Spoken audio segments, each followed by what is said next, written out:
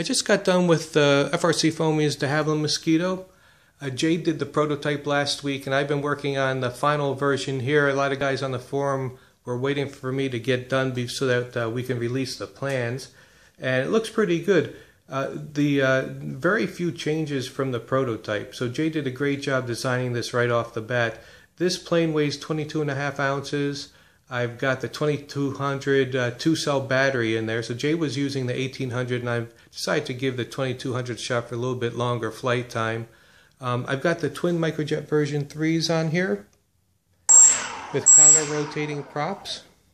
And the reason why I did that is because these are motors that you may have laying around on the workbench already. Very common motors. They work great. There was a Hawk Sky or a Wild Hawk video that Dave did a few years back that really got me interested in the hobby. And he used these on the Wild Hawk, which weighed a little bit more, and it seemed to do a really good job. So I've got the 7x4x3 props on there, 2200 2S battery. I've got 30 amp ESCs in there. These are the radiators on the real plane. And we're using these to cool the ESCs. So the ESCs fit right inside here, and there's a slot where the airflow goes through the wing and cools the ESCs as the not only from the prop but also the airflow going through there. One thing you'll notice on the plane is the extreme scale look out of score and fold cutting. So you'll see the nacelles, the back of the nacelles for example here.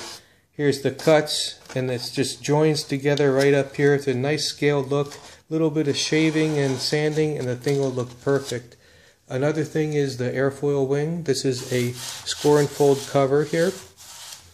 Underneath here is the wing spar, and it is shaped to give the wing a dihedral shape. So the wing tips go up, center is lower, and this is a nice self-centering design, so the plane will fly nice and straight and steady just by the shape of the wing. One thing I did want to show is also that I put the servos inside. This compartment is very big, so the battery goes up here. You got all this room for electronics in here. So I put the elevator and rudder servos back here.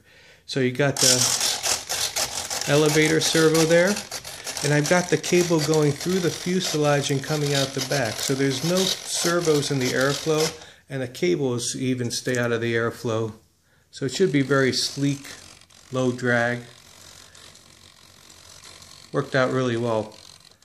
The other thing is that the aileron servos are right about here on each side underneath the airfoil, and the servo arm sticks out underneath through a slot there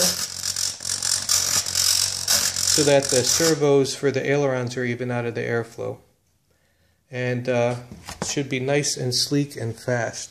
I've got the standard aileron, elevator,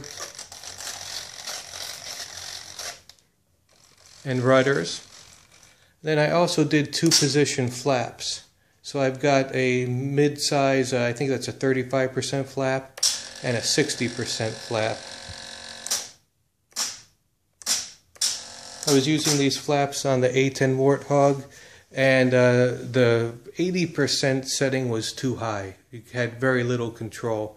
So I've got the maximum setting 60 on this, and hopefully that'll be okay. So I'll take this up tomorrow. It's supposed to be good weather, and may have a few minutes in the morning to take it up. And then Jay's already got the plans pretty much finalized. He just emailed me the plans, and they look really good.